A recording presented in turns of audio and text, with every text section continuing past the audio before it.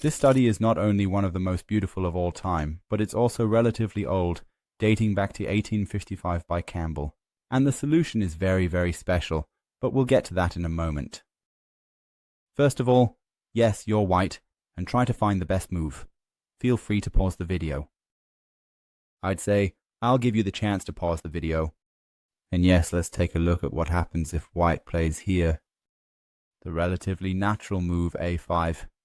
We want to continue on further here and promote one of our pawns to a queen. Black, of course, will also try to get these two pawns moving. h2 is the logical alternative. For example, a6, black responds here by capturing the pawn. We capture the pawn in return. Black promotes to a queen. One could already say, okay, black has a queen now.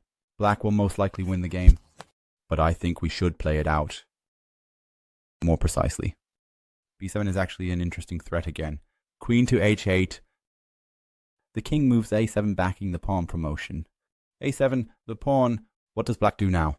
The best move, which is not so easy to find, is queen to e8. Exactly, it also keeps an eye on the bishop here. We're also threatening to give check here. The bishop definitely has to respond. f4, best move for the bishop. If we unexpectedly play queen to b8 here, then black captures this bishop. And this pawn can no longer be stopped. That's it.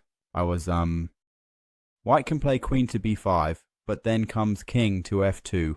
White has no more checks, the pawn will break through, and white loses this game. Back to this position, white plays bishop to f4, then comes queen to a4, check. The king moves to g2.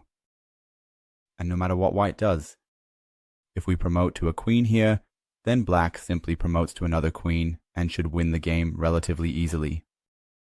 And if white tries to stop the queen with bishop to e3, then we play queen to b3, and after any king move like king to c7, we capture that bishop. White promotes to a queen, black promotes to another queen, and yes, white doesn't have much more than this one check to offer. That's basically all white has. 2 queens against 1 queen. That's simply a winning game for black. Now that we've cleared that up, let's move on to the actual solution. And yes, the solution, maybe you already suspected it, is that we're not trying to win the game here, but it's enough if we manage to get a draw. And we do that in a very, very special way. Feel free to pause the video here again and try to find the draw. If you came up with the idea to play bishop to d2, then yes, I think you've shown a really good instinct. That's the correct move. But how does it actually continue? Black pushes a pawn, say g2. White moves the bishop to a5. And the game continues. Black thinks, what is white actually trying to do here? We promote to a queen here. If we want, we could even get a second queen at some point. But it's not that simple after all. For example, here b4.